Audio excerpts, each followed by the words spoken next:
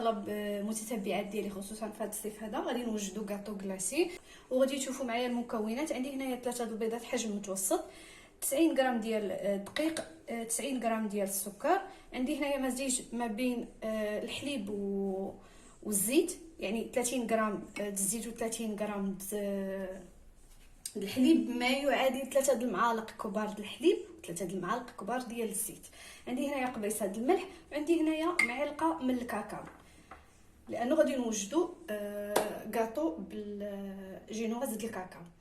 في المرحله الاولى غادي نبداو بعزل صفار البيض على بياضو. غادي نبدا نخفق بياض البيض مع السكر.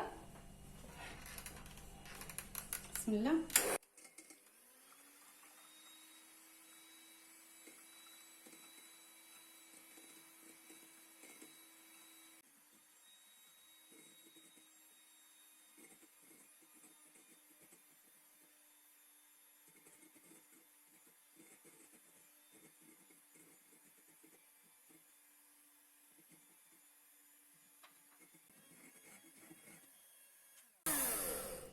هكذا تعرفوا المورانغ ديالكم او بياض البيض ديالكم تخفق منيح هكذايا.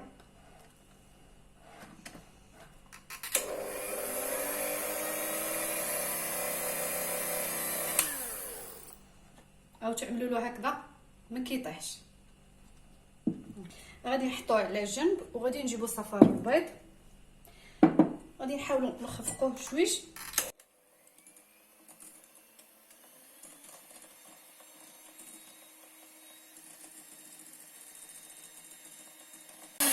هكذا يكفي. بعدها غادي نضيف خليط الحليب والزيت،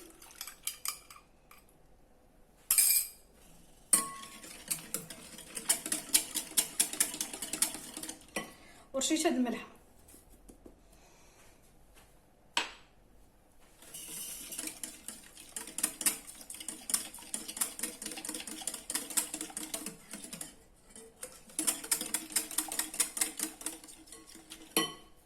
هنا عندي الدقيق، غادي نضيف عليه الكاكاو هكذايا، وغادي نزيدو على خليط صفار البيض. نمزج الدقيق مع الكاكاو، وغادي نضيفو على صفار البيض.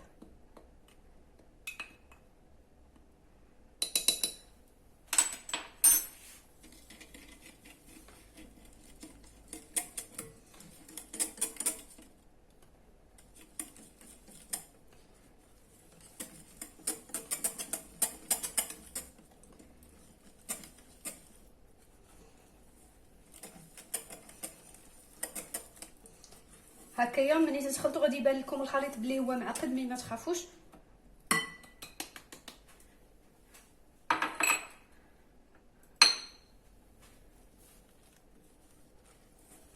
بعد ما خلطت الخليط ديالي غتشوفوا هكذايا عاقد.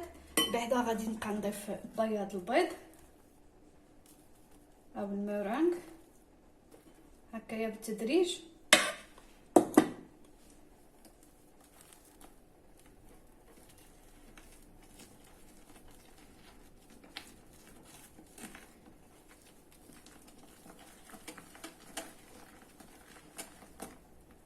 هكذا مع الخلط نتوما تحسوا به كيلين.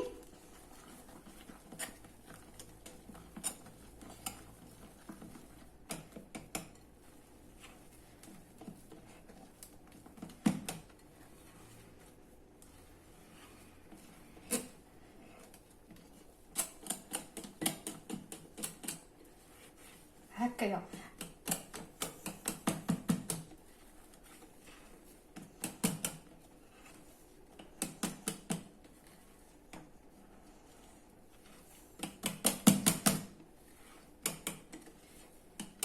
اون فوا تحسي به هكذايا تخلط ولا الخليط لين هكايا غتغيري، غادي تغيري الخلاط ديالك، وغادي تبقاي تضيفي بياض البيض هكذايا وانتي كتخلطي من الفوق لتحت، تفاديا انه ما يرجعش لينا الخليط.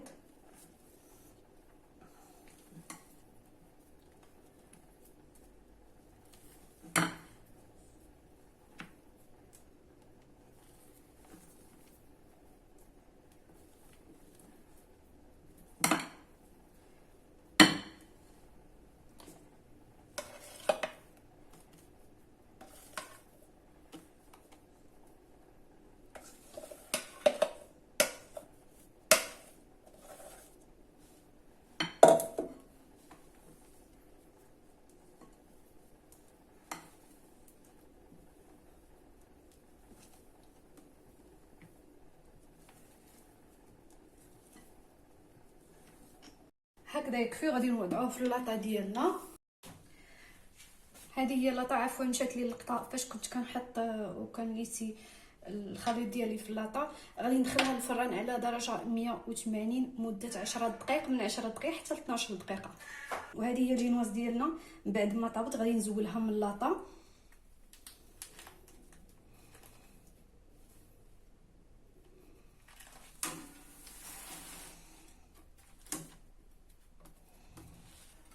اظن انها غادي تبان لكم. شتو السمك ديالها ورقه.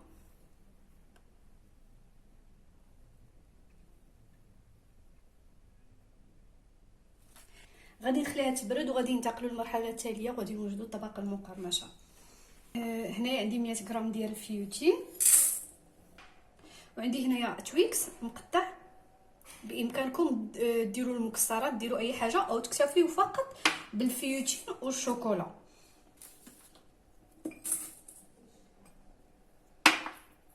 غادي ندوب الشوكولا مع معلقه ديال الزيت، وغادي نضيف عليهم الشوكولا الذائبه.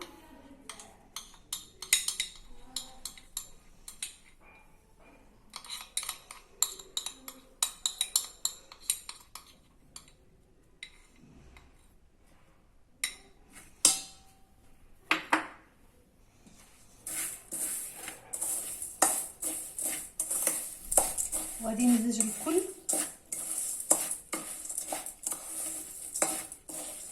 علاش انا هنايا ضفت تويكس؟ لانه تويكس في واحد النسبه ديال الكراميل من الداخل، فغادي يغنيني على اضافه الكراميل. صافي هكذا مزيان. غادي نحطو على جنب وغادي نمشيو نقطعو الكيك ديالنا على حسب القالب.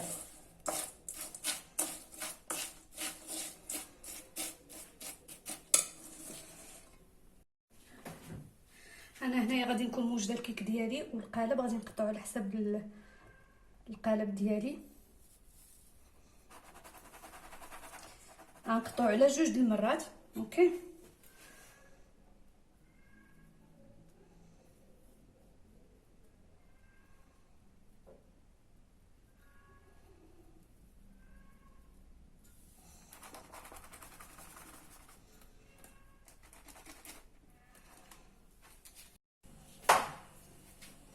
كيف ما كتشوفوا انا هنايا القالب غلفته بالسلوفه باش يحافظ لي على الكيك. غادي نوضعوا الطبقه الاولى ديال الكيك.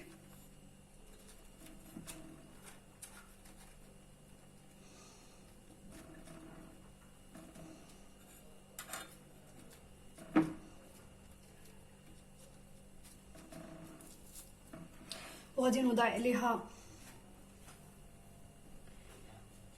عليها الطبقه المقرمشه. هنايا ما تحتاجوش تبانشيو الكيك لانه حنا ديجا استعملنا فيه المواد اللي غادي تخليه كونطري، اللي هو الزيت والحليب. هذا هو الدور ديالو ديال خليط الزيت والحليب، انه كيعطي الجينواز ديالك الطراوه وما تحتاجيش انه تبانشيه، تسقيه. وفي نفس الوقت كينقص من نسبه السكريات، لانه السخوه راه اصلا من الماء والسكر، يعني كتفادي انك تزيدي السكريات.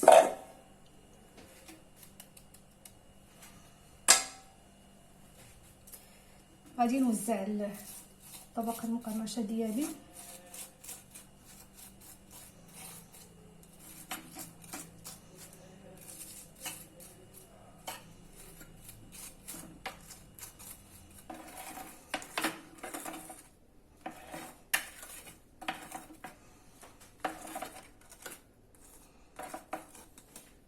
هكذا مزيان. غادي نردها للثلاجه تبرد بما نقادو لاموس. باش نحضروا لاموس ديالنا غادي نحتاجو 300 غرام ديال كريمه الخفق اللي هي بدون سكر، 3 صفر بيض، 50 غرام ديال السكر، 60 غرام ديال الشوكولا بالحليب، شوكولا اولي. هنا عندي 170 غرام ديال الحليب، 2 معالق من القهوه سريعه الذوبان، 10 غرام من الجيلاتين، مع 60 غرام ديال الماء. غادي نبداو بالجيلاتين والماء، غادي نضيف عليه الماء باش يذوب، غنحطو جانبا. غادي نخفق صفار البيض مع السكر،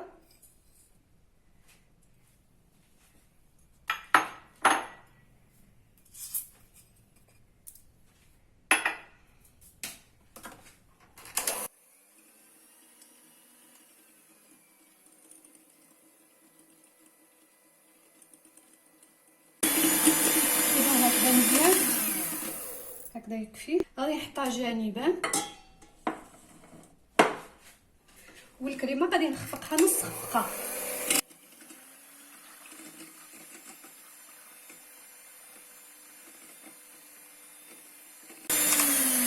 سيبو هكذا مزيان، غنحطها جانبا. وفي كاسرونه غادي نوضع الحليب مع 50 غرام سكر اخرى، مع 2 معالق ديال القهوه، وغادي نحطها على نار هاديه تسخن لدرجه تكون قريبه للغليان. من بعد ما سخن الحليب ديالي غادي نضيفوه على خليط البيض هكايا بالتدريج ومع الخلط. هنايا ضروري تخليو الحليب يدفى شويه، بعدها ضيفوه على صفار البيض.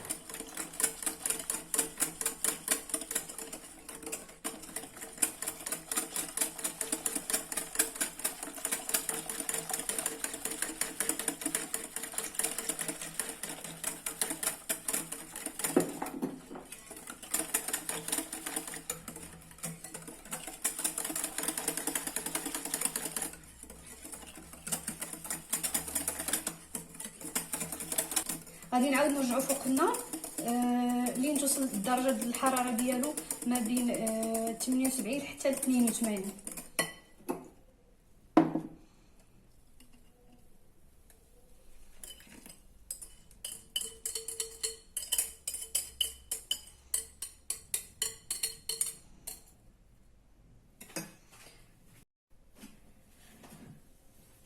من بعد ما الحليب ديالنا وصل للدرجه اللي بغينا غادي نضيفو عليه الجيلاتين،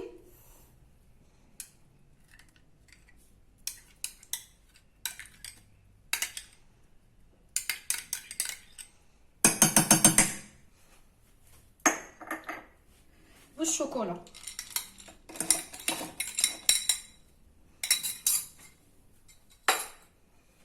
غادي نتابع الخلط حتى يذوبوا الكل.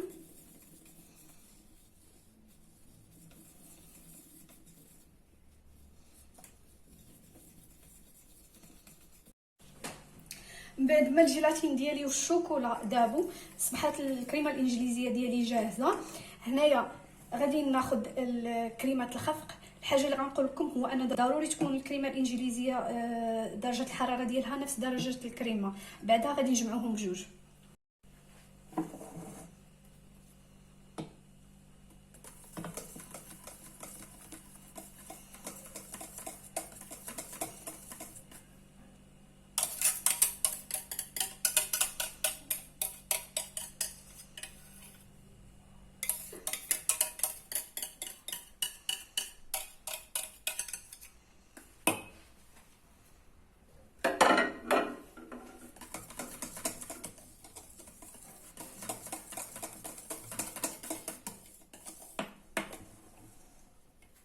عفوا، اللقطه اللي وضعت فيها الكريمه كطبقه اخيره تمسحات وانتقل التصوير للقطه المواليه. ندخلوا الكاطو ديالنا الكونجيلاتور يجمد.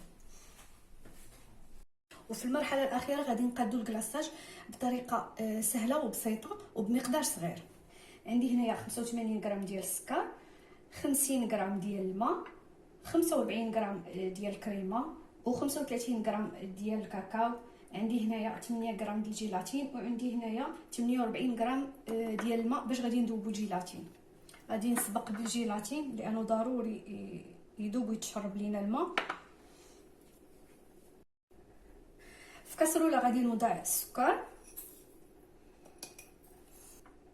مع الماء، وغادي نوضعو على نار متوسطه لين يذوب السكر ويوصل لينا لدرجه الغليان باش تعرفوه واجد. ملي تشوفوا الفقاعات هكايا كيبانوا لكم فقاعات كبار غتزولوه من على النار.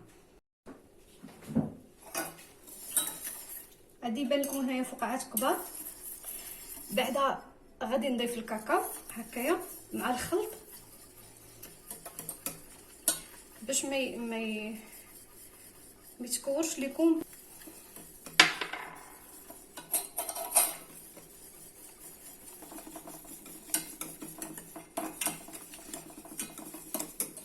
بعدا غادي نضيف الكريمه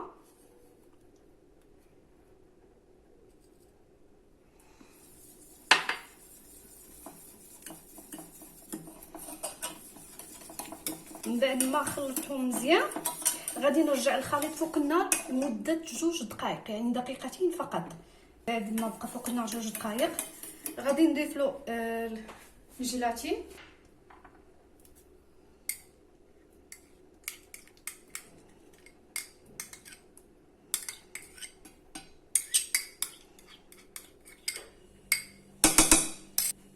غادي نتابع التحرك لين يذوب الجيلاتين ديالنا. وباش نتفاداو انه تكونوا عندنا حبيبات ضروري ندوزوه في البغا ميكسور.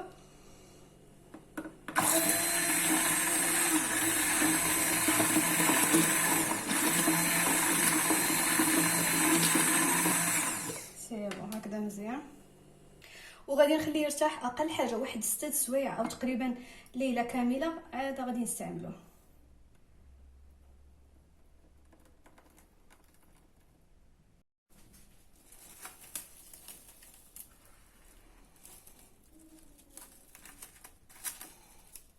هكذا غادي نغطيه بالسلوفان باش نتفاداو انه ما تكونش هذيك القشره من الفوق. هذا هو الكلاصاج ديالي من بعد ما خليته تقريبا ليله كامله. غادي نعاود ندوبو وغادي نتسنى الدرجه ديالو تنزل حتى ما بين 32 35. عاد غادي نديرو على الكاطو ديالي.